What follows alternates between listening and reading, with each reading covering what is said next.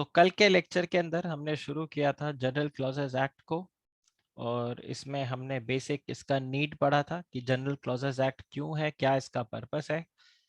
फिर हमने यहाँ पर पढ़ा था एप्लीकेशन, ये कहाँ कहाँ अप्लाई होगा, this will apply to the central acts. फिर हमने यहाँ पर चेक किया था प्रियम्बल, कि प्रियम्बल का क्या ऑब्जेक्टिव होता है, तो हर लॉ में एक प्रियम्बल रहता है। फिर हमने डेफिनेशन क्लॉज को चेक किया था, और उसके बाद में हमने मीन्स एंड इंक्लूड्स को समझा था। शैल एंड मे हमने ये देखा था कि शैल मीन्स मैंडेटरी, मे मीन्स ऑप्शनल,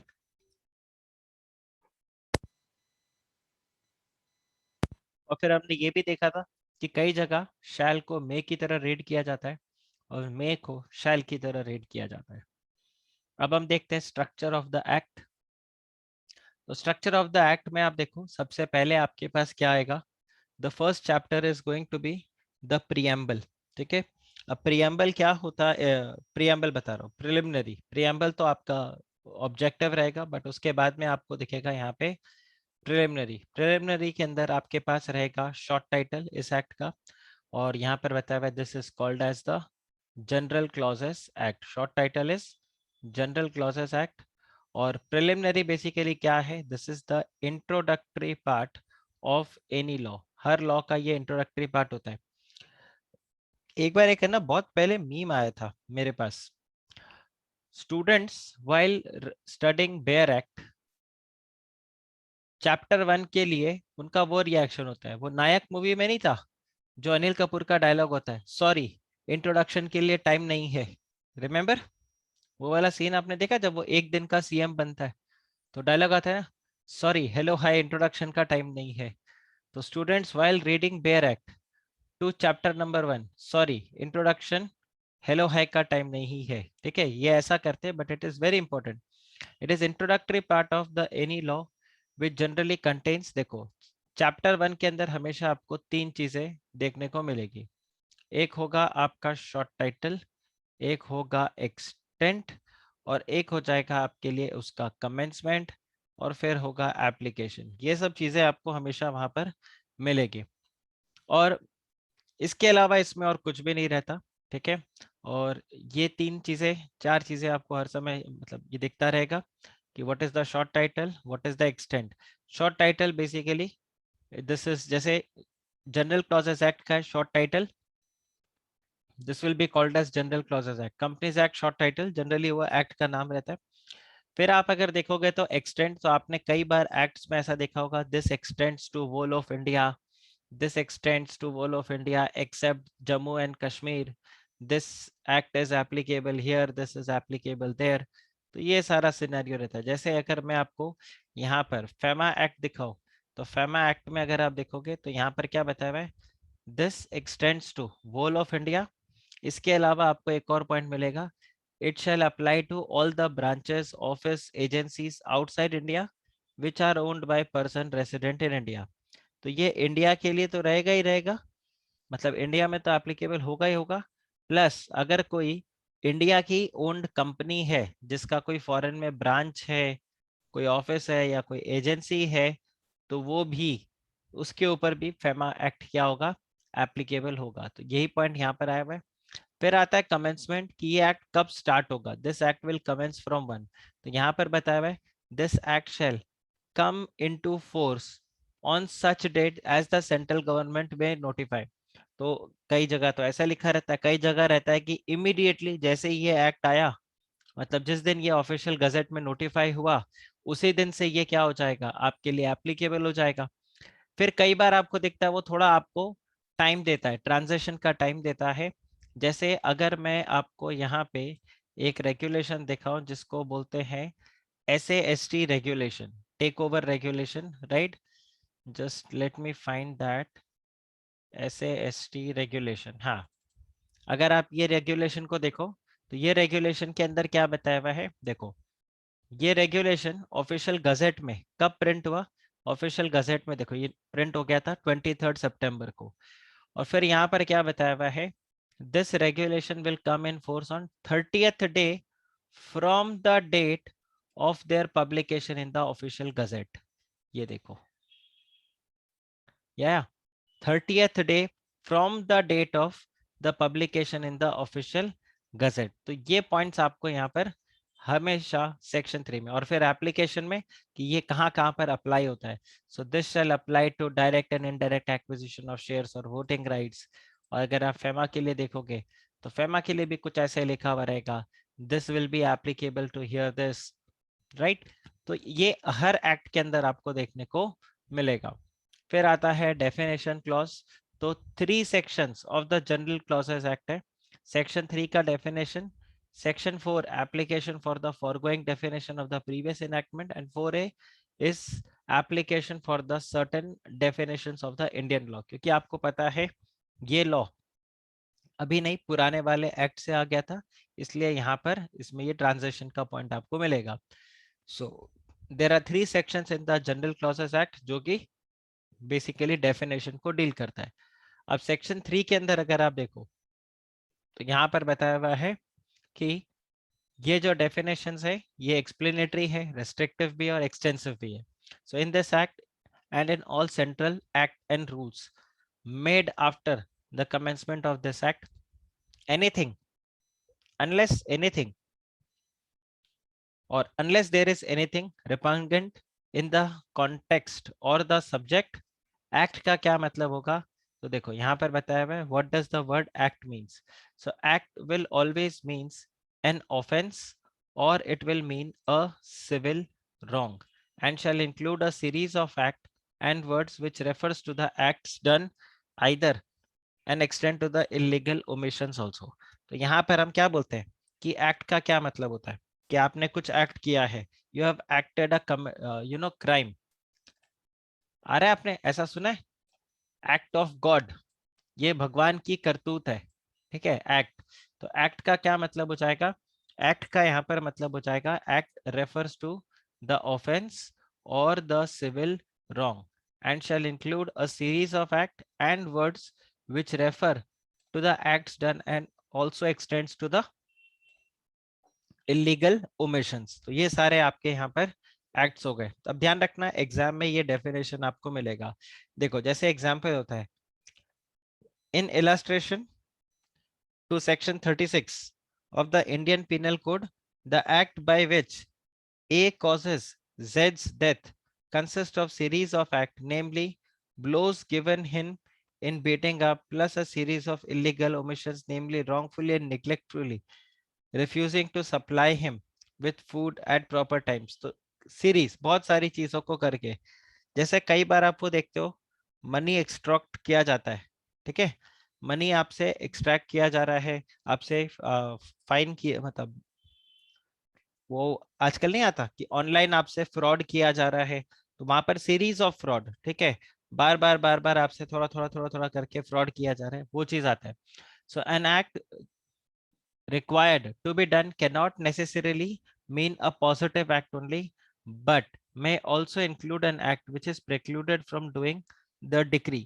मतलब डिक्री का क्या मतलब होता है, एक कोर्ट का ऑर्डर कि ये आपको फॉलो करना है, तो अगर आप उसको नहीं करने दे रहे हो वो भी यहाँ पर क्या हो जाएगा, एक्ट में आ जाएगा, that is also considered as an offense।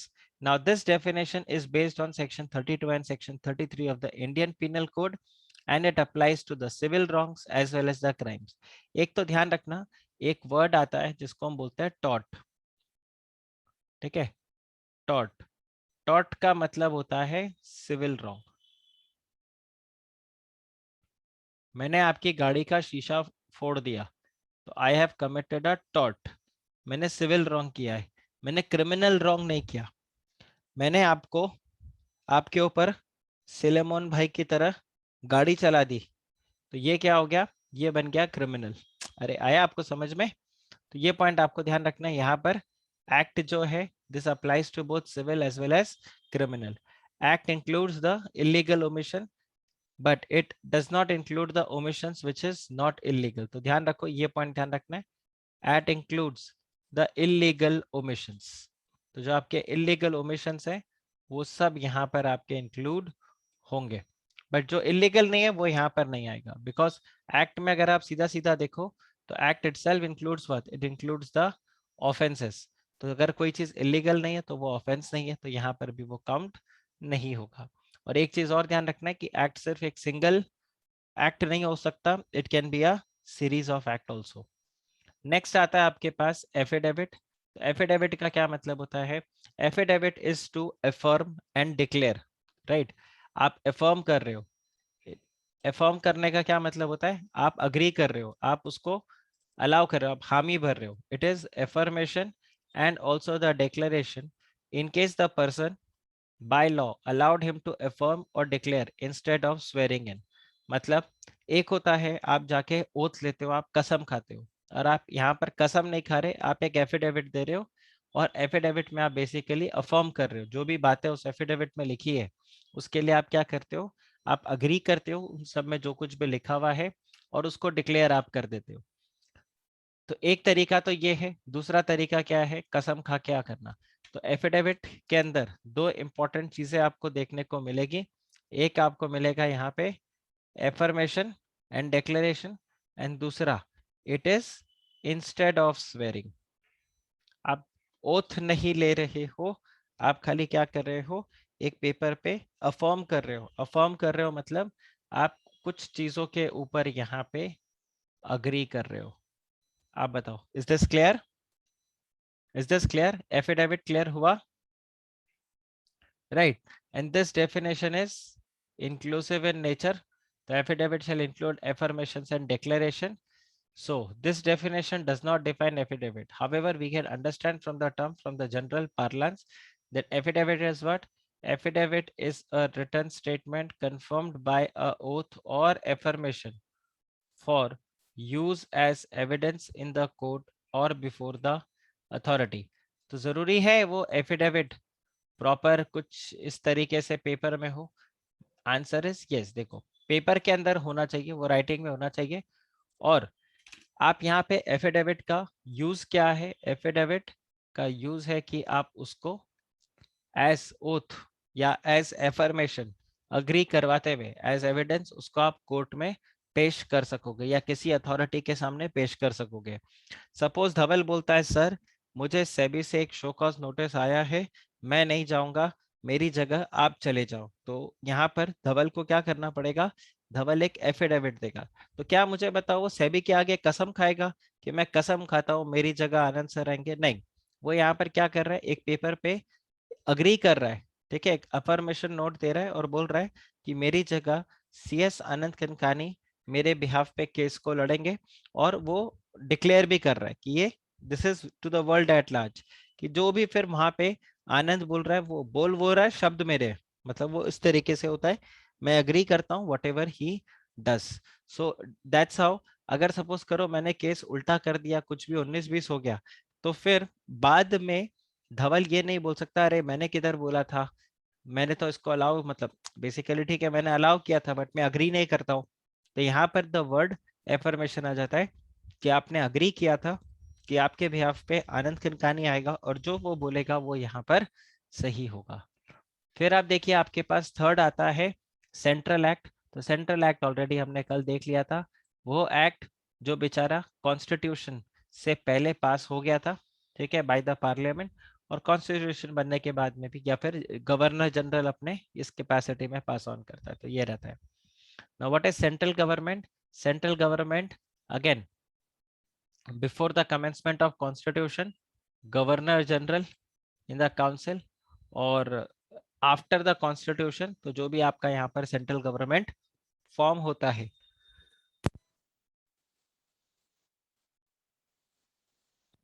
वो यहाँ पर आपका आ जाएगा। तो दिस इज फाइन, इसको एक बार अपन इग्नोर कर सकते हैं।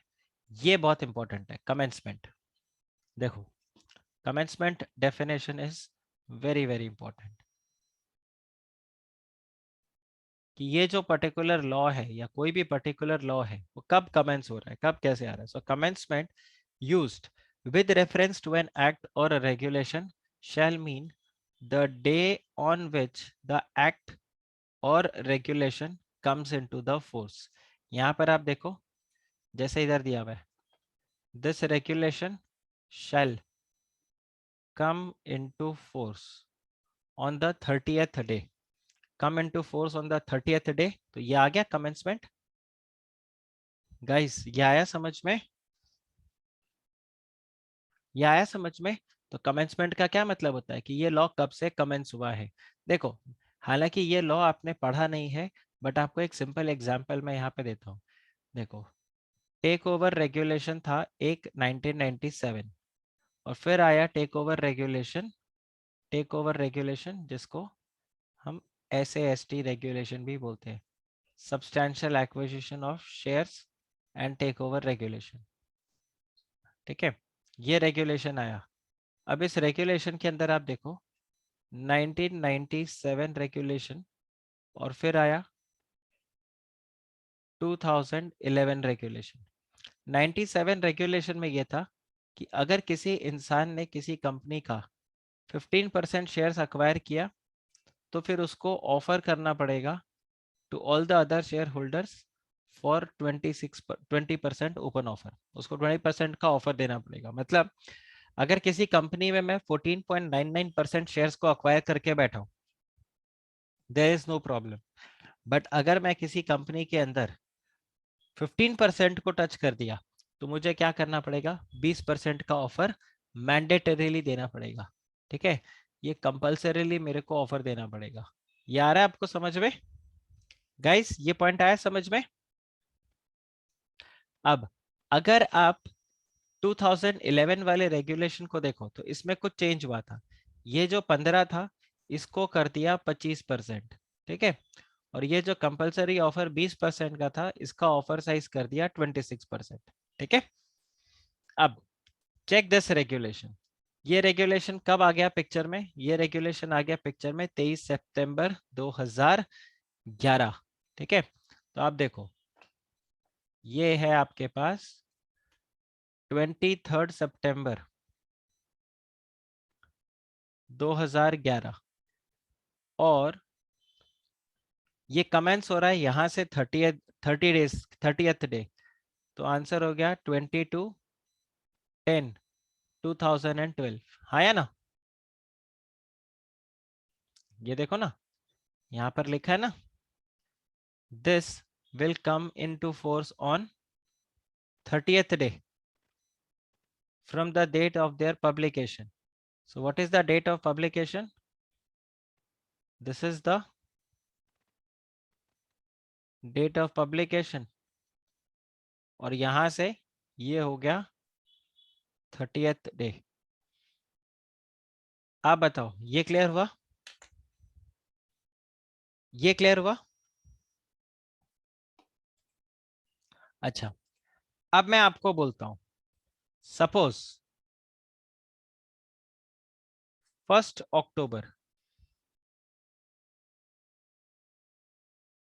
1 अक्टूबर को मेरे पास 14.99% शेयर्स था। मैंने सोचा यार मैं 10 और अक्वायर कर लेता हूँ और 24.99 पे जाके बैठ जाता हूँ, क्योंकि नया वाला टेक ओवर रेगुलेशन में तो 25 पे ट्रिगर टच होगा। इसको हम बोलते हैं ट्रिगर, इसको हम बोलते हैं ट्रिगर। अगर ट्रिगर टच हो गया तो आपको ओपन ऑफर देना पड़ेगा।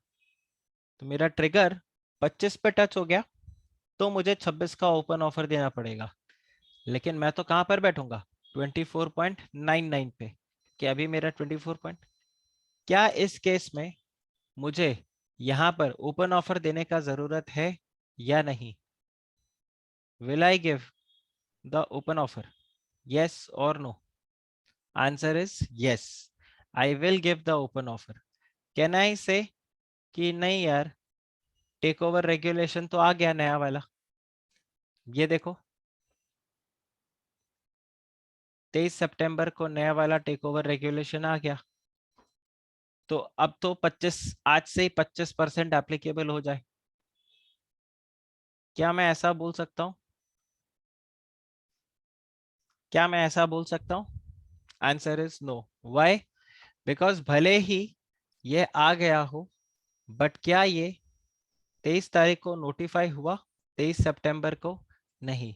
ये नोटिफाई कब हुआ? यहां से हुआ। तो बेसिकली अगर अब मैं बताऊं, नोटिफाई तो देखो, ये नोटिफाई तो यहाँ पर हो गया, ठीक है, लेकिन कमेंट्स कहाँ से हो रहा है?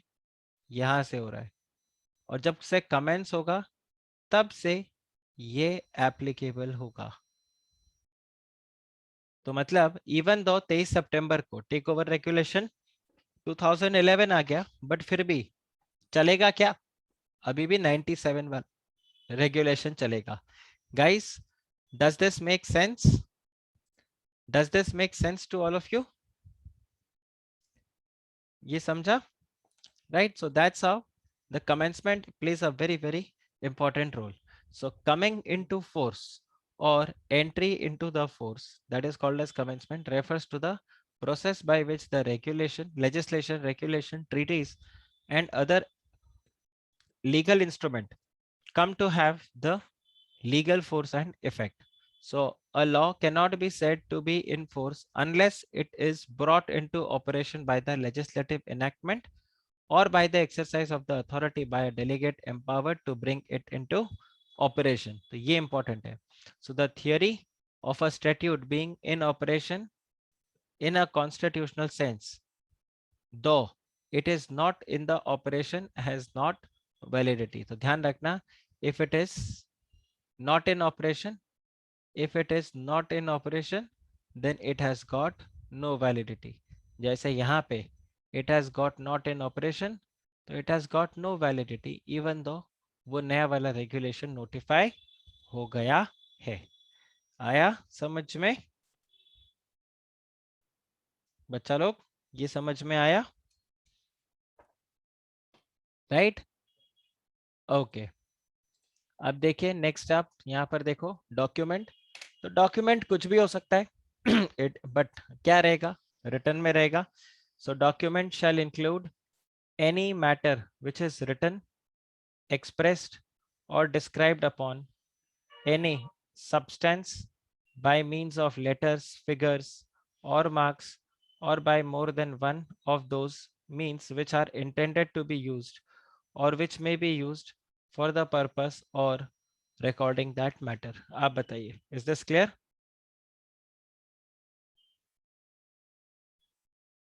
ये क्लियर हुआ?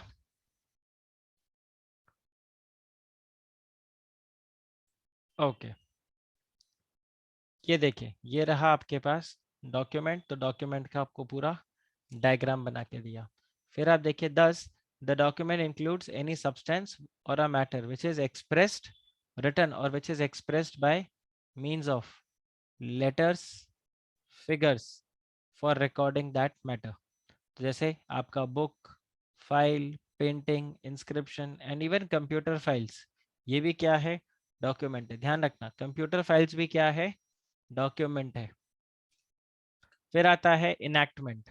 तो enactment shall include a regulation and any regulation of the Bengal, Madras and Bombay Code. ये तीन क्यों दिया हुआ है यहाँ पे? बंगाल, मद्रास एंड बॉम्बे, क्योंकि ये थे आपके प्रोविंशियल.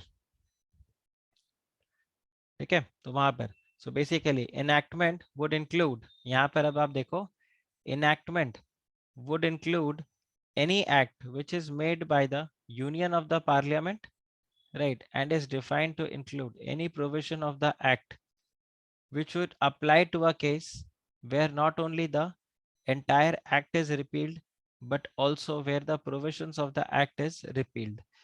ये वापस से जो पॉइंट मैंने आप लोगों को यहाँ पर बताया था, it gets enacted, right.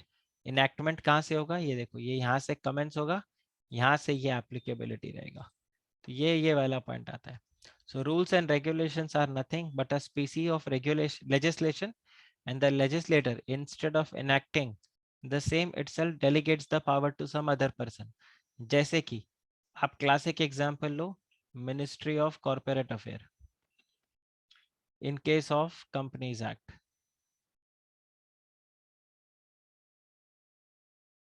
In the case of companies act 2013, अब अगर आप देखो, पूरा का पूरा जो कंपनीज एक्ट था वो एक ही दिन में इनेक्ट नहीं हुआ. See I can show you, let's see the ebook. और ई बुक में अगर आप देखो, यहाँ पे कंपनीज एक्ट के अंदर let's say compromise and arrangement section 230, आप ये देख रहे हो, नोटिफाई कब हुआ?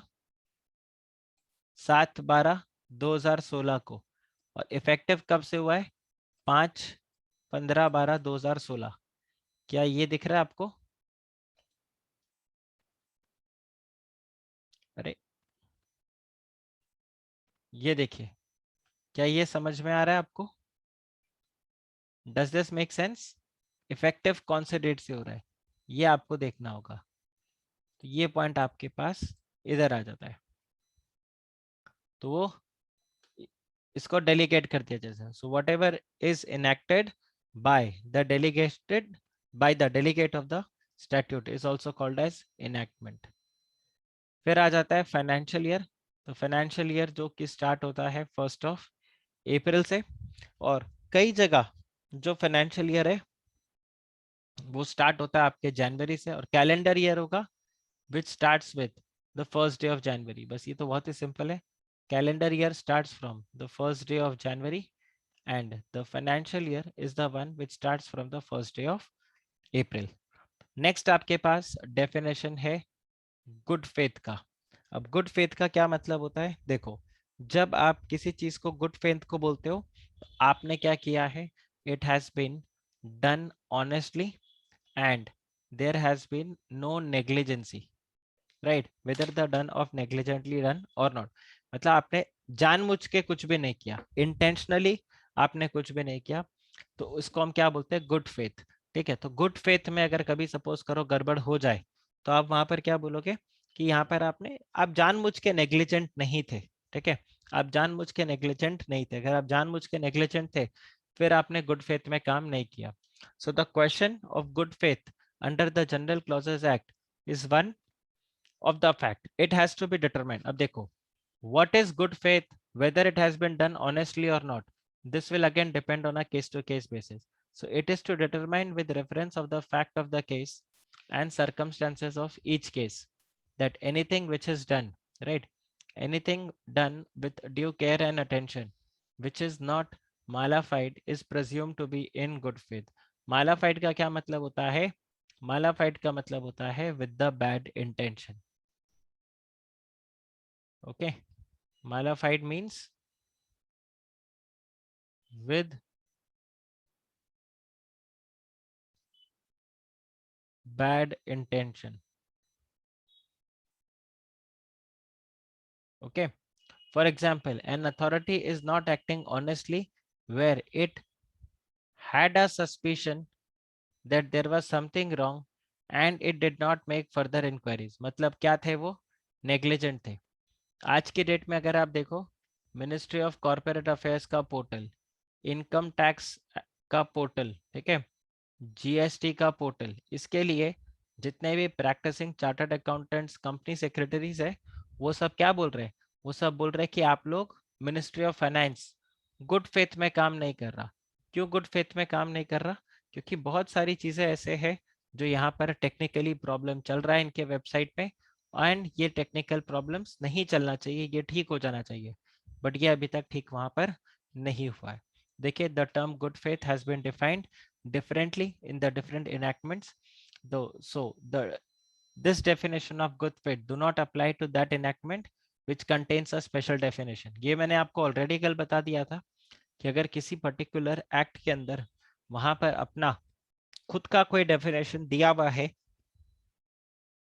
तो जनरल क्लॉजेस एक्ट वहां पर एप्लीकेबल नहीं होगा, वहां पर आपके दूसरे एक्ट एप्लीकेबल होंगे। So the definition of the good faith do not apply to the enactment where the definition, or basically where the enactment or which contains a special definition of the good faith, and the definition given in that particular enactment would be followed। ये कब लगेगा? जब particularly कोई act silent है, जैसे companies act हो गया। Companies act में गुड फेथ को डिफाइन नहीं किया गया, तो वहां पर गुड फेथ आपका इधर से लग जाएगा। फिर देखो, इन case of Mong Aung versus Mong Si Mong, right, it was pointed out that the expression good faith is not defined in the Indian Contract Act, है कि नहीं? इंडियन कॉन्ट्रैक्ट एक्ट के अंदर भी गुड फेथ डिफाइन नहीं किया, लेकिन आप चेक करो इंडियन कॉन्ट्रैक्ट एक्ट में गुड फेथ कितनी बार यूज हुआ है वो वर्ड, है कि नहीं? तो यहाँ पर वही देखा जाएगा। So the definition of good faith is generally understood in the civil law which may be taken as a practical guide in understanding the expression of the contract, that is nothing is done, nothing is said to be done in good faith without due care and attention as expected by the ordinary prudence. So an honest purchase made carelessly without proper inquiry cannot be said to have a good faith so as to convey a good title.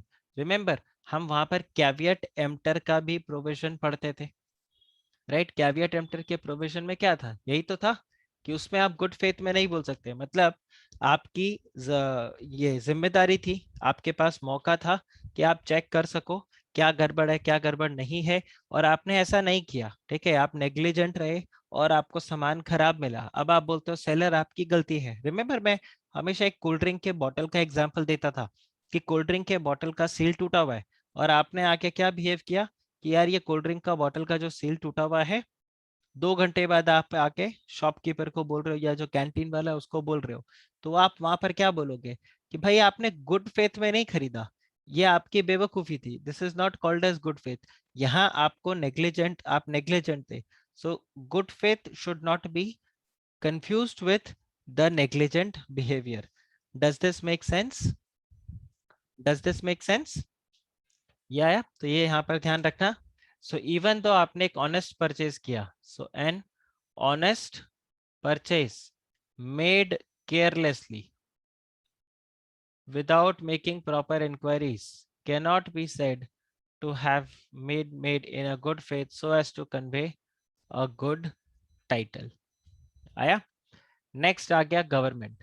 अब government का तो क्या बताऊं, government would include both the central government as well as the state government। दाढ़ी वाले दादाजी और दीदी दोनों ही गवर्नमेंट है कि नहीं? तो यहाँ पर वही आता है। सो जहाँ पर भी वर्ड गवर्नमेंट यूज किया जाए वहां पर हम both central and state government दोनों को यूज करेंगे और दोनों को वहां पर समझेंगे। आप बताओ, इज दिस क्लियर? फिर आप देखिए यहाँ पे, यहाँ आपको आगे बताया हुआ है कि जो गवर्नमेंट है वो government generally cannot 3 wings, government को 3 विंग्स में डाला हुआ है, legislature, executive and judiciary. But narrow sense में अगर आप देखो तो वहां पर एग्जीक्यूटिव ओनली आता है, ठीक है? तो meaning of the assigned to that expression depends on the context in which it is used. Next is government securities. तो गवर्नमेंट सिक्योरिटीज वही सिक्योरिटीज है जो कि किसी गवर्नमेंट ने इशू किया गया हो, और अभी अभी हमने देखा था गवर्नमेंट में कौन कौन आ जाएगा, गवर्नमेंट में सेंट्रल गवर्नमेंट भी आएगा और स्टेट गवर्नमेंट भी आएगा, ठीक है? But in any act or regulation made before the commencement of the constitution shall not include the securities of the government of part B of the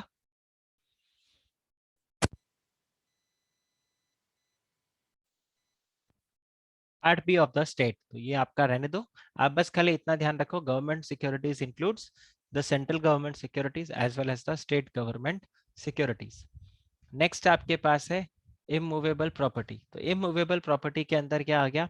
it is land. अब तो देखो, सबसे पहले तो यहाँ पर वर्ड क्या यूज किया गया है? इंक्लूड। इंक्लूड मतलब ये इंक्लूसिव डेफिनेशन है। So immovable property includes lands, then the benefits which are arised out of the land, and that's how, if you remember, catching fish, याद आ रहा है?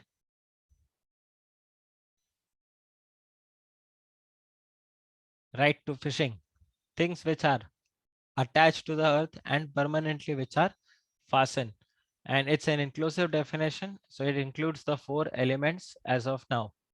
फिर आप देखो, where in any enactment the definition of immovable property is negative and not exhaustive, the definition of the General Clauses Act will apply to the suppression to given that particular enactment। इसका क्या मतलब हुआ कि देखो, अगर किसी enactment में, किसी लॉ के अंदर immovable property का जो definition है is in the negative, मतलब नेगेटिव तरीके से कि ये इमूवेबल प्रॉपर्टी नहीं है, ठीक है, या वो एग्जॉस्टिव लिस्ट नहीं देता, तो वहां पर क्या लग जाएगा? वहां पर ये जनरल क्लॉजेस एक्ट का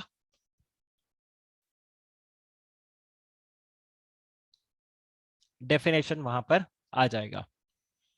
अब देखो, जैसे यहाँ पे दिया हुआ है, in Shantabai versus state of Bombay, Supreme Court pointed out that trees must be regarded as an immovable property। Why? Because they are attached to and they are rooted to the earth। Then an agreement to convey forest produce like tendu leaves, timber, bamboos, etc. The soil for making the bricks, the right to build on and occupy the land for business purpose, the right to grow new trees, to get leaves from the trees that grow in further are all included in the term of immovable property. आप बताओ, ये clear? ये clear हुआ? फिर देखिए, ये देखो ये मूवेबल प्रॉपर्टी को बताए. So the right to way to access from one place to another may come within the definition of immovable property, whereas a right of drain of water is not immovable property. Any machinery which is fixed to the soil, standing crops can be considered as an immovable property according to the General Clauses Act, क्योंकि वो इन सब के अंदर आ गया आपका. फिर आता है आपके पास डेफिनेशन किसका, देख लेना. इमूवेबल प्रॉपर्टी एग्जाम के लिए इंपॉर्टेंट क्वेश्चन बन सकता है. फिर अगर आप देखोगे इम्प्रिजनमेंट, तो इम्प्रिजनमेंट का क्या मतलब होगा? It shall mean the imprisonment और of either description as an Indian Penal Code. ध्यान रखना, आपने अभी सुना होगा हुर्रियत नेता को हाउस अरेस्ट करके रख दिया, ऐसा देखा आपने? हाउस अरेस्ट करके रखा हुआ है, तो क्या वो इम्प्रिजनमेंट है? देखो आपको सिंपली यहाँ पर ये देखना है that as per the Indian Penal Code, the punishment to the offenders which are liable under the code are imprisonment, which is of the two description, namely one is rigorous with hard labor और दूसरा क्या होता है? Simple होता है imprisonment. वैसे अगर आप देखो तो क्रिमिनल जेल होता है और सिविल जेल भी होता है, ठीक है? जहां पर आप व्हाइट कॉलर क्राइम करते हो तो आपके लिए जेल अलग होता है, और अगर आप ब्लू कॉलर क्राइम करते हो, बेसिकली ब्लू कॉलर क्राइम तो नहीं, मतलब अगर आप दूसरा क्राइम करते हो तो फिर आपके लिए अलग होता है, जैसे मर्डर वगैरह आप करोगे तो इम्प्रिजनमेंट दो रहेगा. एक होगा rigorous, that is with the hard labour, and दूसरा आपके लिए होगा यहाँ पे simple. So when the act provides that an offence is punishable with imprisonment, the court may in discretion make the imprisonment rigorous और सिंपल. तो वो आपको यहाँ पर कोर्ट बताएगा, ठीक है? तो जब किसी एक्ट के अंदर बताया हुआ है there will be an punishment with the imprisonment, हमने कंपनीज एक्ट में कितनी बार देखा? The officer in default will be liable for the penalty and imprisonment. तो यहाँ पर वो बताया हुआ है, so it will be at the discretion. Court decide करके बताएगा कि ये रिगरस होगा या सिंपल होगा, and that is simply because depending upon the nature of the case आपको इम्प्रिजनमेंट दिया जाएगा. सपोज करो आपने कोई इनसाइडर ट्रेडिंग किया, तो थोड़ी ना आपको टाडा जेल में डाल देंगे जहां पर टेररिस्ट लोगों को या मतलब हार्डकोर क्रिमिनल्स को वहां पर रखा हुआ है. तो आपके लिए अलग तरीके का कन्फाइनमेंट होगा. और अगर आपने कुछ मर्डर इस तरह से कुछ आपने किया तो आपके लिए फिर एक अलग तरीके का इम्प्रिजनमेंट रहेगा. ओके. फिर आता है Indian law. So Indian law वही सारे लॉ जो यहाँ पर इंडिया के कॉन्स्टिट्यूशन ने बनाया है. फिर आता है मंथ. तो आप मंथ देखो, it is a period of 30 days, ठीक है? It is a period of 30 days and not as a month. मतलब the word month in the income tax act would mean a period of 30 days. और otherwise अगर आप देखो ये किसके अंदर, इनकम टैक्स एक्ट में, बट अदरवाइज आप देखो month shall mean a month reckoned as according to the British calendar. तो मतलब अक्टूबर के लिए मंथ कितना होगा? 30 days या 31 days for the month of October? आप कितना डेज काउंट करोगे अक्टूबर के लिए? 30. फरवरी के लिए आप कितना काउंट करोगे? 30. कभी अगर आप इनकम टैक्स एक्ट के अंदर हो, लेकिन अदरवाइज अगर आप देखो तो फिर आप ब्रिटिश कैलेंडर के हिसाब से वो मंथ को काउंट करोगे जिसमें वो लीप ईयर एंड ऑल ये सारा चीज आ जाता है. Okay, is this clear? फिर आता है मूवेबल प्रॉपर्टी. तो movable property mean all the property except the immovable property. तो आपका जो मूवेबल प्रॉपर्टी है that is all the property which are not immovable property. फिर आपके पास आता है oath. तो देखो oath और affidavit हमने दोबारा देखा था. तो oath shall include the affirmations and the declarations which is made in case the person of a law allowed to affirm or declare instead of swearing in. So ये हो जाता है आपके लिए oath. ओथ में आप क्या करते हो, आप शपथ लेते हो, ओथ इज शपथ लेना, एंड स्वेरिंग इज कसम खाना, और एफिडेविट इज हाथ आप लिख कर एफर्मेशन करके उसको डिक्लेयर करना। Next is your offence. So an offence shall mean an act or omission which is made punishable by any law for time being in force. So any act or the omission which if done is punishable under any law for time being in force, वो आपके लिए क्या बन जाएगा, offence. Simple, anything, any act और omission आपने ये किया तो वो पनिशेबल है under the law, so that is an offence. आपने ये नहीं किया तो भी वो ऑफेंस है। जैसे आपने अगर किसी का मर्डर किया तो वो ऑफेंस हो गया, आपने अपना रिटर्न फाइल नहीं किया तो वो आपके लिए क्या हो गया, एक ऑफेंस हो गया। फिर आता है ऑफिशियल गजेट। तो ऑफिशियल गजेट दो पार्ट्स में स्प्लिट किया हुआ है, एक है ऑफिशियल गजेट ऑफ इंडिया और एक है official gazette of the state. देखो ऑफिशियल गजेट, गजेट का क्या मतलब होता है, राजपत्र, ठीक है। अगर आप सिंपल गजेट का मतलब देखो, इसको हम बोलते हैं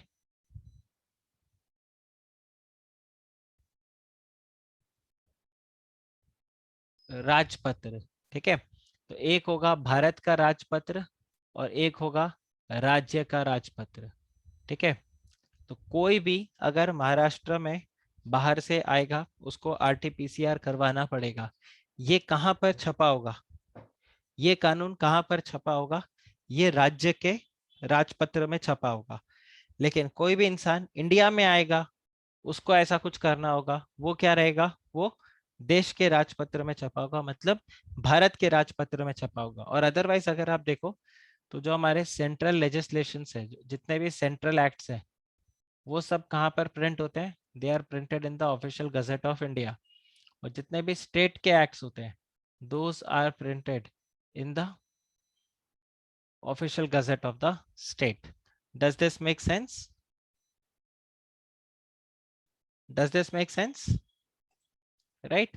ओके, तो ये देखो the gazette of India is a public journal, it's a public journal, जहां पर हम क्या करते हैं, एक्नॉलेज, ऑथोराइज कर देते हैं, एक्नॉलेज करते हैं एक लीगल डॉक्यूमेंट को by the government of India which is published weekly by the Department of Publication।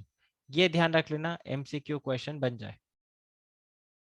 Ministry of Housing and Urban Affair, ये आपका एक एमसीक्यू बन सकता है, ठीक है। So as a public journal the gazette prints official notices from the government, it authenticates, ये देखो, it is the authenticate, it is authenticate in the content, accurate, strictly in accordance with the government policies and decisions।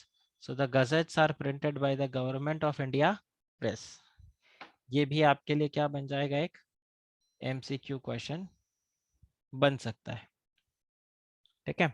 Person, अब ये definition बड़ा सही है। Person सबसे पहले तो ये एक इंक्लूसिव डेफिनेशन है और इसमें सब आते हैं, कंपनी, एसोसिएशन, फिर अगर आप देखो body of individual weather incorporated और नॉट, तो पर्सन के अंदर सब कोई यहाँ पर आ जाएंगे। इसके अलावा अगर आप देखो तो ऑलमोस्ट हर एक्ट पर्सन को डिफाइन करता है, कंपनीज एक्ट करता है, ठीक है, इनकम टैक्स एक्ट करता है, आईबीसी करता है, कोई भी एक्ट आप उठा के देखोगे तो पर्सन का डेफिनेशन वहां आपको मिलेगा। नेक्स्ट आपके पास है रजिस्टर्ड। रजिस्टर्ड का मतलब इट इज बेसिकली जो भी एक डॉक्यूमेंट है which is registered in India under the law for time being in force. तो रजिस्ट्रेशन एक्ट 1908 है जिसके तहत आपके डॉक्यूमेंट्स क्या होते हैं, रजिस्टर होते हैं, उसको हम बोलते हैं यहाँ पे रजिस्टर्ड। फिर आप देखो रूल। अब रूल का क्या मतलब हो गया, रूल जो बेसिकली किसी एक्ट के अंदर पावर दिया गया है, ठीक है, उसके लिए आपका क्या बनता है, रूल। एंड ये ध्यान रखना, the word rule shall also includes a regulation which is made as rule under the enactment। और ये रूल्स को कौन बनाता है, रूल्स को बनाता है मिनिस्ट्री।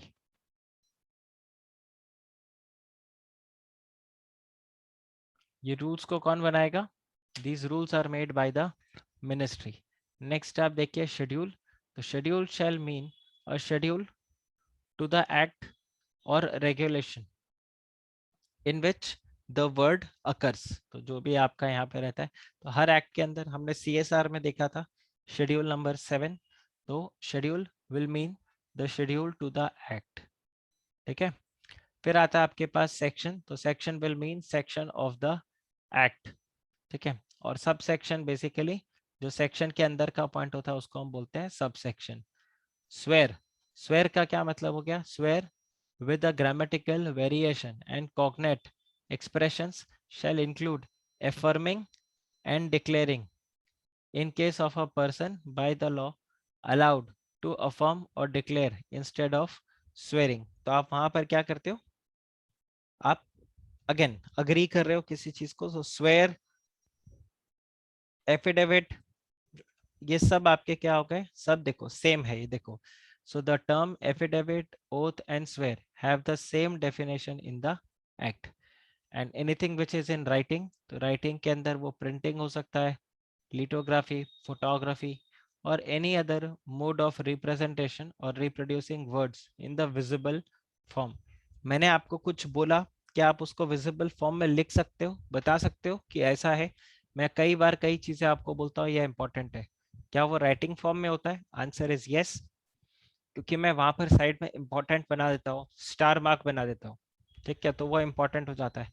तो ये वही वाला पॉइंट है कि any you know representation or any other mode of representing or reproducing the words in the visible form, this will be called as writing।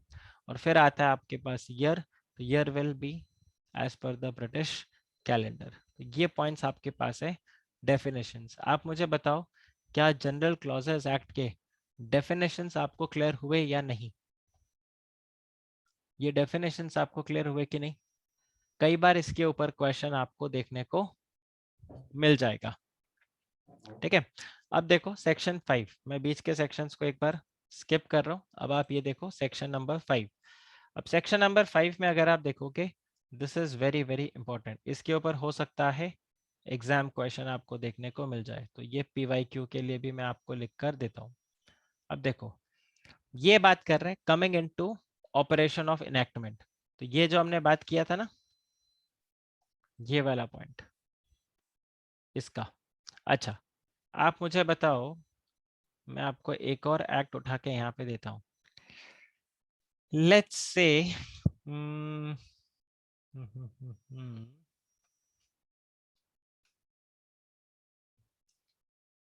चलो चलो, ये भी वापस से 60th डे हो गया। कोई और लॉ मैं आपको यहाँ पे देख के बताता हूँ। हम्म,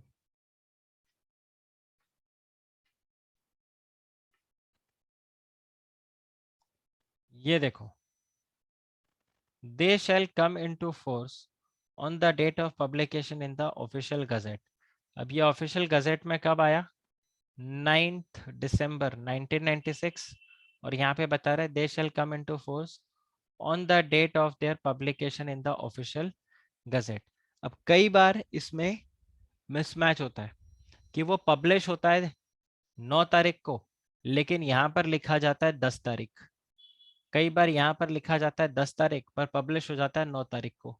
तो कब, क्या, कैसे, ये सारा चीजें तो यहाँ पर वो है। और यहाँ तो देखो स्पेसिफिकली मेंशन कर दिया, कल को किसी लॉ के अंदर ये चीज मेंशन नहीं किया हुआ हो कि ये कब होगा, तो आप कैसे ऐसे सिनेरियो में बिहेव करोगे, या कैसे उस लॉ को आप पढ़ोगे कि वो आ गया या नहीं आया? तो उसके लिए आपको देखना होगा, where any central act has not commenced mentioned, okay, it has not mentioned a particular date to come into force, it shall be implemented on the day on which it represents or it receives the assent of the governor general in case of central acts which is basically president. ठीक है, जिस दिन president sign कर देगा उस दिन ये आपका क्या बन जाएगा? That day it will become your enactment. तो आप ये देखो, अगर so where any central act has not specifically mentioned a particular date, ठीक है, it shall be implemented on the day on which it receives the assent of the governor general in case of the central act। ठीक है, और this is if it is made before the commencement of the constitution, and the president in case it is made after, basically constitution आने के बाद, तो जो president ने sign किया, तो ये आपका रहता है। अब देखो, जैसे the companies act receive the assent of president of India on 29th of August 2019, लेकिन ये नोटिफाई कब हुआ in the official gazette in 30th with an enforcement of section 1. Now, accordingly, Companies Act comes into the force on the date of publication of the official gazette. Why? Because वहां पर ये mention था, so where it is specific date of enforcement is prescribed in the official gazette, it shall enforce from that particular date. जैसे हमने take over regulation में देखा, ICDR में देखा, राइट? जैसे सेबी, ये देखो आ गया सेबी आईसीडीआर रेगुलेशन, ध्यान रखना ये तो पीवाईक्यू है पूरा, ये पास्ट ईयर क्वेश्चन है। So SEBI ICDR regulation fifth amendment regulation 2019 was issued by SEBI via notification on 14th August 2015 with effect from 1st January 2016। अब यहाँ पर क्या है, रेगुलेटर ने खुद ही मेंशन कर दिया है कि ये कब से एप्लीकेबल है, this will be applicable from the 1st January 2016. So this regulation shall come into force on 1st January 2016 rather than the date of the notification of the official gusset. अरे clear ये वाला, ये clear. लेकिन अगर कुछ नहीं mention तो फिर जिस दिन आपका प्रेसिडेंट का सिग्नेचर मिल गया उसी दिन को हम क्या मानेंगे, that is only the date of enactment. Okay,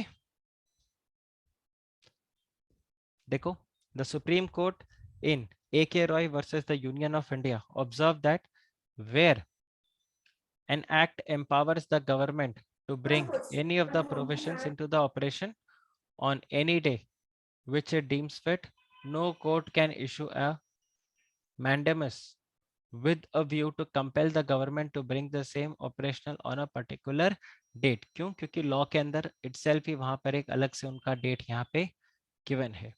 फिर आप देखिए इस वाले केस में Eltemis Rien versus the Union of India, it is was held that sufficient time has elapsed since an act or the provision has been passed on, but it has not been brought into force by the government. The courts through a writ, writ क्या होता है? What do you mean by writ? मैंने आपको शायद पहले भी बताया था।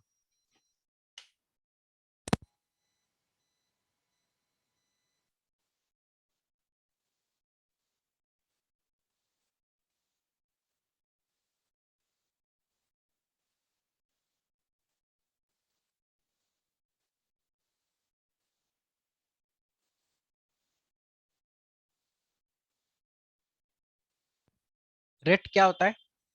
जब आपको आपका राइट नहीं दिया जाता, ठीक है, तो आप रिट एप्लीकेशन फाइल करते हो। This is given in the constitution of India. ठीक है, रिट के लिए आप हाई कोर्ट भी जा सकते हो, रिट के लिए आप सुप्रीम कोर्ट भी जा सकते हो। अभी जैसे सपोज करो आपका मॉल में दुकान है, ठीक है, सब दुकानों को खोलने को दे दिया, सिर्फ मॉल के दुकान को खोलने नहीं दे रहे। आपको लग रहा है कि ये आपका राइट टू बिजनेस जो है उसको इम्पैक्ट कर रहा है, तो आप यहाँ पर क्या करोगे, you will go to the court और आप फाइल करोगे रिट पिटिशन, जिसमें आप कोर्ट को क्या बोलोगे कि देखो मेरा संविधान का अधिकार है कि इस बिजनेस को मैं चलाऊं, लेकिन गवर्नमेंट मुझे ये चलाने को नहीं दे रहा। तो इसी तरह से कोई एक पर्टिकुलर लॉ है, वो आ गया लेकिन अभी तक गवर्नमेंट उसको नोटिफाई नहीं कर रहा, और उसकी वजह से आपका बिजनेस यहाँ पर इम्पैक्ट हो रहा है, तो आप क्या कर सकते हो, आप कोर्ट में रिट, देखो वैसे तो कोर्ट के पास पावर है नहीं कि वो लॉ को कब इम्प्लीमेंट करवाना है कब नहीं करवाना, that is absolutely the power of the legislators जिन्होंने लॉ बनाया। लेकिन यहाँ पर आपको क्या बताया है कि अगर कोई लॉ पास हो गया और उसका कोई भी डेट ऐसा नहीं आ रहा, तो यहाँ पर थ्रू रिट आप क्या कर सकते हो, you can direct the government to consider the question as to when the same should begin to operate. आप बताइए, is this clear? Is this clear? क्या आप गवर्नमेंट से बात कर सकते हो कि ये लॉ अभी तक क्यों नहीं आया, जब पास सर हो गया? आपने रीट का मीनिंग क्या बताया? रेट इज बेसिकली, देखो देखो 5 तरह के रेट्स होते हैं, ठीक है, अलग अलग तरह के रेट्स होते हैं। अब अलग अलग घुमा फिरा के अगर आप रेट्स में देखो तो वहां पर ये रहता है कि आपका कॉन्स्टिट्यूशनल राइट है वो आपको नहीं दिया जा रहा। There is a constitutional right which is been given to you. अपना जो कॉन्स्टिट्यूशन है वो आपको एक राइट देता है, और वो राइट से आपको वंचित रखा जा रहा है, तो आप क्या कर सकते हो, आप रिट पिटिशन फाइल कर सकते हो कोर्ट के अंदर। आया? जैसे कॉन्स्टिट्यूशन आपको राइट देता है कि आपको, सपोज कर गवर्नमेंट ने तेरे ऊपर बैन लगा दिया कि तू कोई भी आर्टिकल पब्लिश नहीं कर सकता। अब तू क्या करेगा, you will go to the court, high court में रिट पिटिशन फाइल करेगा, और रिट पिटिशन फाइल करके क्या बोलेगा कि देखो I have a freedom to expression, और गवर्नमेंट ने क्या कर दिया, मेरे इस राइट को मुझसे छीन लिया है, रिट पिटिशन। अब यहाँ पर गवर्नमेंट फिर प्रूव करेगा कि देखो, इसको अगर मुंह खोलने का मौका दिया तो ये देश के लिए काफी खतरनाक हो सकता है, ऐसा हो सकता है, वैसा हो सकता है, वो बात that's a separate story. But on what basis you will go to the court, you will go to the court that see this particular order which is being given to me, this is against the constitutional right which I enjoy as a citizen of India. Therefore I would file a writ petition to the court. Writs के ऊपर मेरा एक video बनाया हुआ है, मैं आप लोगों के साथ शेयर कर दूंगा। नहीं तो आप ऐसे भी अगर YouTube पे जाओगे, टाइप्स ऑफ रिट्स आप सिर्फ सर्च करना और आपको वहां पर मिल जाएगा रिट्स के लिए। या फिर एक वीडियो मैं आप लोगों के साथ शेयर करूंगा, काफी अच्छा वीडियो है कॉन्स्टिट्यूशन के ऊपर, वो पूरा सीरीज है। I share that rate petition वाला वीडियो विद यू ऑल, तो आप उसको पढ़ लेना, मतलब वहां पे अगर सुन लोगे तो आप समझ जाओगे। अब देखिए, in case of state of Uttar Pradesh versus Mahesh Naren all AIR 2013, यहाँ पर supreme court held that effective date of rules would be the rules are published in the official gazette and not from the date when the rules were under the preparation। ये तो obvious सा बात है, जब से rule prepare हुआ है वहां से आपकी एप्लीकेबिलिटी नहीं मानोगे, ये जब से गजट में पब्लिश होता है तब से रहेगा। And also law takes no cognizance of the fraction of the day, thus where an act provides that it comes to force on the first day of the January, it will come on the first day of the January, जैसे ही रात को 12 बज जाए। ठीक है, 31 दिसंबर रात को 12 बज जाए। तो आप यहाँ पर अगर चेक करो, जैसे हमने टेक ओवर रेगुलेशन वाले में देखा, तो आप मुझे बताओ, अगर 22 तारीख को, मतलब 21 तारीख की रात को 12 बजे मैं ये 10% शेयर्स को अक्वायर करता हूं, तो आप मुझे बताओ, क्या मुझे तब ओपन ऑफर देना पड़ेगा? क्या तब मुझे ओपन ऑफर देना पड़ेगा? Answer is no. नहीं तो देखो ना, it will commence on 22 of October. अब ये 22 ऑफ अक्टूबर कब से? 12 बजे से, सुबह 6 बजे से, ठीक है, 9 बजे से, वर्किंग आवर्स, कौन सा टाइम? तो यहाँ पर बताया हुआ है 12 बजे से, तो ये पॉइंट आपके पास आ गया। ठीक है, अच्छा, अब आता है presumption against the retrospectively. Retrospectively का क्या मतलब होता है? आज से नहीं, पहले से।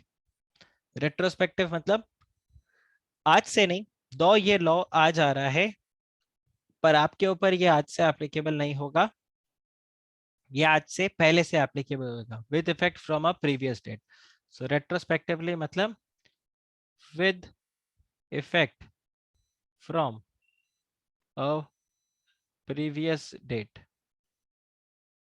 आप देखो, वोडाफोन आइडिया का जो झगड़ा था वो किसके ऊपर था? इसी के ऊपर तो था। सुप्रीम कोर्ट में गवर्नमेंट ऑफ इंडिया केस हार गया, और फिर क्या किया, इनकम टैक्स एक्ट को अमेंड किया। क्या आप लोगों को वोडाफोन का केस टैक्स में पढ़ाया गया?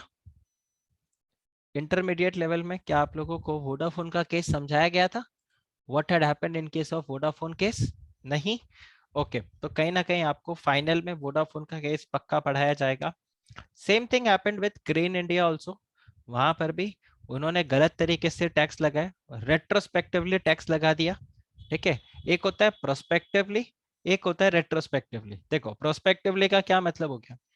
प्रोस्पेक्टिव का मतलब आज से जो भी बंदा मास्क पहने बिना बाहर जाएगा उसके ऊपर 500 रुपीज का पेनल्टी लगेगा। ठीक है, तो सलोनी आज मास्क बिना पहने बाहर जाती है तो उसके ऊपर मैं 500 रुपीज का पेनल्टी लगाता हूँ। तो ये तो क्या हो गया, प्रोस्पेक्टिवली। ठीक है, मैं ऐसा भी कर सकता हूँ with effect from 15th of सितंबर, जो भी बाहर निकलेगा बिना मास्क के उसके ऊपर पेनल्टी लगेगा। ये भी क्या हो गया, प्रोस्पेक्टिवली।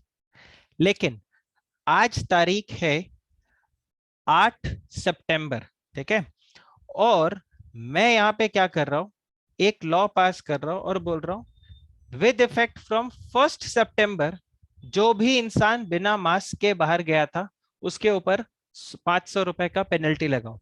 अब मेरे पास एक वीडियो फुटेज आता है जिसमें मुझे सलोनी 3 तारीख को बिना मास्क के बाहर दिखती है और मैं सलोनी के ऊपर 500 रुपीज का पेनल्टी लगाता हूं।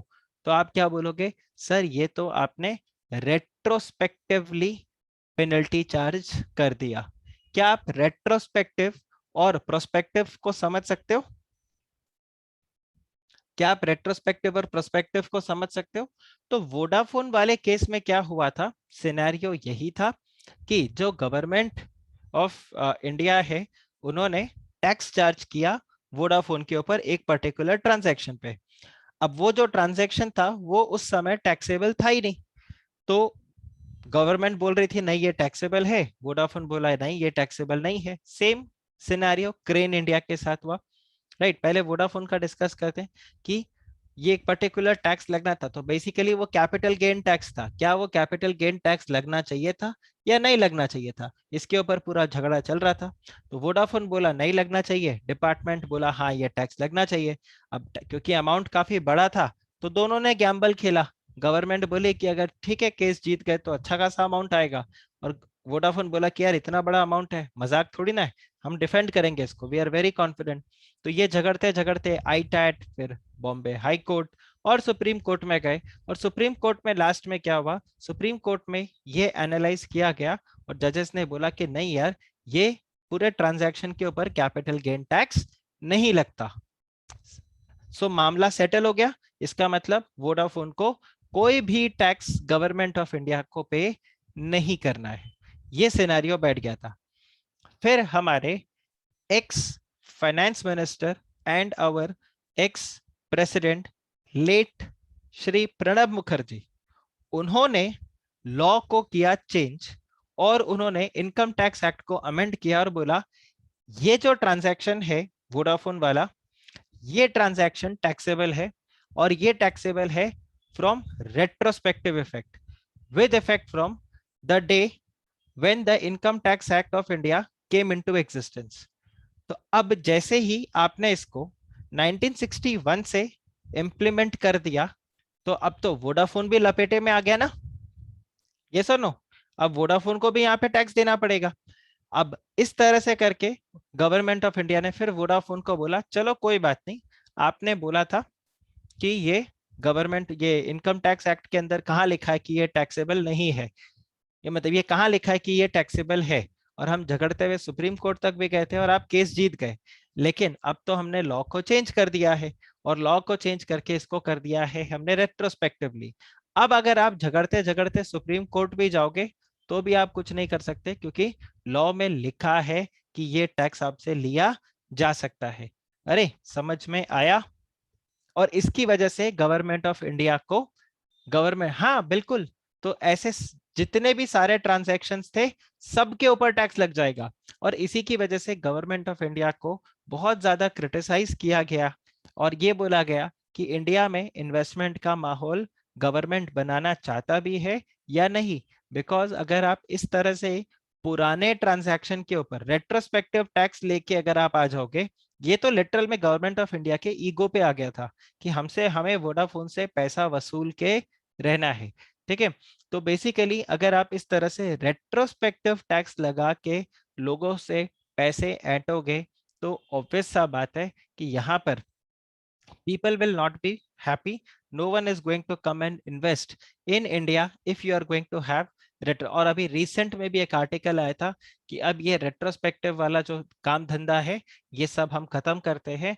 No retrospective tax will be implied in the businesses or on the businesses which come to India। आया आपको समझ में guys?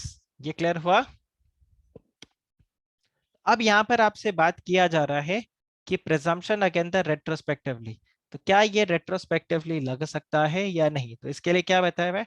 All the laws which affect substantive vested rights generally operate prospectively, and there is a presumption against the retrospective that till there are words, express words giving retrospective effect, or where the language used necessarily implies that such retrospective operations is intended, तब तक ये सब क्या रहेंगे? Prospectively यहाँ पर आपको लगेंगे। आप बताओ, is this clear?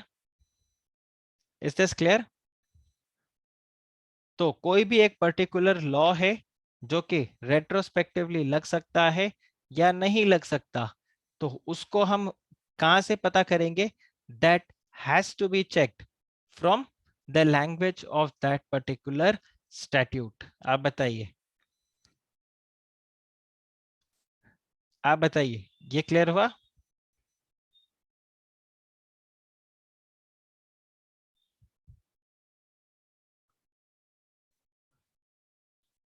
Right? Okay.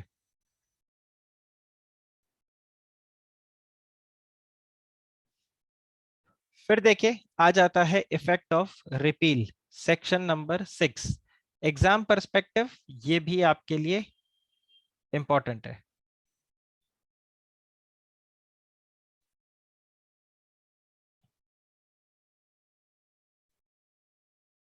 आप ये देखिए, ये भी आपके लिए इंपॉर्टेंट है। सो इफेक्ट ऑफ रिपील में आप देखो, वेयर एनी सेंट्रल लेजिस्लेशन और any regulation made after the commencement of this act repeals any act which is made or yet to be made unless another purpose exists, the repeal shall not revive anything not enforced or anything the previous operations. So or basically of any enactment repealed or anything done or suffered thereunder। अब देखो, मुझे अब एक बात बताओ, अगर कोई act repeal हो जाता है तो रिपील होने का क्या मतलब होता है? अब से आने वाले टाइम पे इस एक्ट का कोई काम नहीं है। रिपील मतलब अब से आने वाले टाइम में इस लॉ का कोई भी काम नहीं है, उसको हम बोलते हैं यहाँ पे एक्ट इज रिपील्ड। ओके, लेकिन एक्ट रिपील होने की वजह से, ठीक है, जो प्रीवियस पीरियड में आपने कांड किया है, क्या उसका भी टाटा बाय बाय हो जाता है? क्या उसका भी टाटा बाय बाय हो जाता है? सपोज करो कंपनीज एक्ट 1956 में आपने कोई डिफॉल्ट किया और अभी कंपनीज एक्ट 2013 आ गया है, तो क्या आप टाटा बाय बाय बोलोगे कि चलो कोई बात नहीं, एक्ट रिपील हो गया? तो ये ध्यान रखना, जो लॉ है, लॉ रिपील हुआ है, ठीक है, जो आपके एक्ट है वो एज इट इज रहेंगे। ठीक है, तो ये देखो, अफेक्ट द एनी राइट, तो कोई भी प्रिविलेज है, कोई भी ऑब्लिगेशन है, कोई भी लाइबिलिटीज है विच आर अक्वायर्ड, अक्रूड और इनकर्ड अंडर एनी एनैक्टमेंट सो रिपील्ड, वो एज इट इज आपका रहेगा। It will not affect any of the penalty, और कोई भी इंक्वायरी, लिटिगेशन, रेमेडी, वो सब आपका एज इट इज चलता रहेगा। The repeal shall not revive anything which is not enforced. Okay, the refill shall not affect the previous operations, पहले जो आपने काम किया है वो एज इट इज आपका रहेगा। And it will not affect any rights और द प्रिविलेजेस, एनी पेनल्टी और any after inquiry. Correct? Suppose करो आज की डेट में लॉ निकल के आता है कि बिना वैक्सीन के भी आप ट्रेन में ट्रैवल कर सकते हो। अब आप मुझे बताओ, एक हफ्ते पहले ऐसा सिनेरियो नहीं था और आपने एक हफ्ते पहले बिना वैक्सीन के ट्रेन में ट्रैवल किया, तो क्या आज आप ऐसा बोल सकते हो कि देखो ना, आप तो खत्म हो गया ना, तो चिल करो? ऐसा चलेगा? क्या ऐसा चलेगा? Answer is no. ओके, क्यों? क्योंकि लॉ आज रिपील हुआ है, उससे पहले जो आपने कांड किया वो आपका एज इट इज यहाँ पर चलता रहेगा। तो देखो, in the state of Uttar Pradesh versus Hirendra Pal Singh, supreme court held that whenever an act is repealed it must be considered as if it never existed। मतलब जब भी कोई एक्ट रिपील होगा तो उसको आपको इस तरह से देखना है कि वो कभी एग्जिस्ट ही नहीं करता था। So the object of repeal is to obliterate the act from the statutory books, मतलब वहां से उसको पूरी तरह से खत्म करना है, except for certain purposes as special provided in the section 6 of the act. तो कुछ कुछ कारणों के लिए आप उसको रखते हो, बाकी सब आपका वहां पर आउट होता है। So in case of Kolhapur Cane Sugar Works Limited versus the Union of India, Supreme Court held that Section 6 applies to the repeal and not to the omissions, and the applies when the repeal is of the central act or of the regulation and not of the rule. ये point आ गया। फिर अगर आप देखो तो यहाँ पर आता है repeal of a provision is distinction from the deletion provision। देखो ये provision अगर आप देखोगे ये है PYQ, ये एग्जाम में एक बार आपको पूछा गया है। देखो repeal of the provision is in distinction from the deletion of the provision. Repeal ordinarily brings about a complete obliteration of the provision, मतलब completely वो खत्म हो जाता है, as if it never existed। ठीक है, लेकिन अगर आप यहाँ पर देखोगे deletion, तो deletion ordinarily takes effect from the date of the legislator affecting the deletion, never to affect the total effect of wiping out। मतलब उसमें ऐसा नहीं होगा कि इट नेवर एग्जिस्टेड। ठीक है, रिपील में क्या हो जाएगा, रिपील बेसिकली कंप्लीटली उसको प्रोविजन को हटा देगा, ऐसे बोल देगा ये प्रोविजन कभी था ही नहीं। और डिलीशन के अंदर क्या रहेगा कि वो प्रोविजन था पर अब with effect from this date it is not applicable, so it is never have a total effect, मतलब टोटल वाइपिंग आउट इसमें नहीं होगा।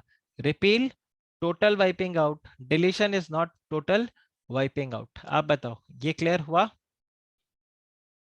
क्या ये क्लियर हुआ? रिपील मतलब टोटल वाइपिंग आउट और deletion is it's not total wiping out, it is only the specific part. Guys this is clear. So repeal of the act making textual amendments in the act.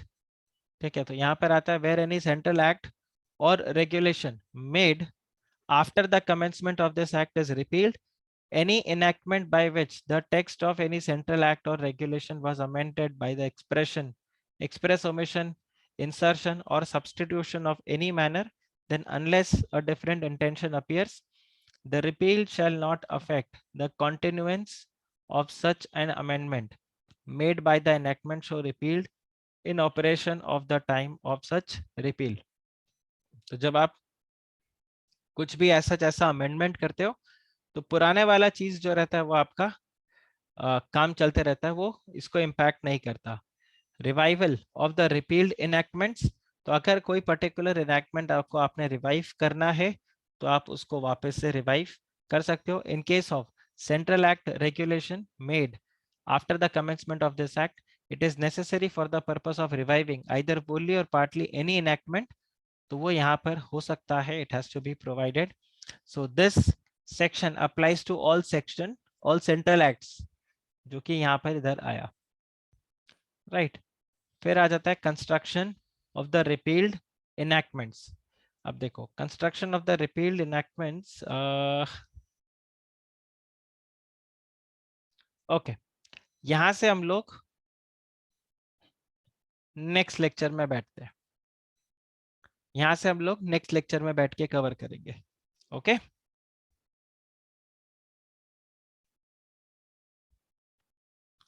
so that's it for your this lecture then।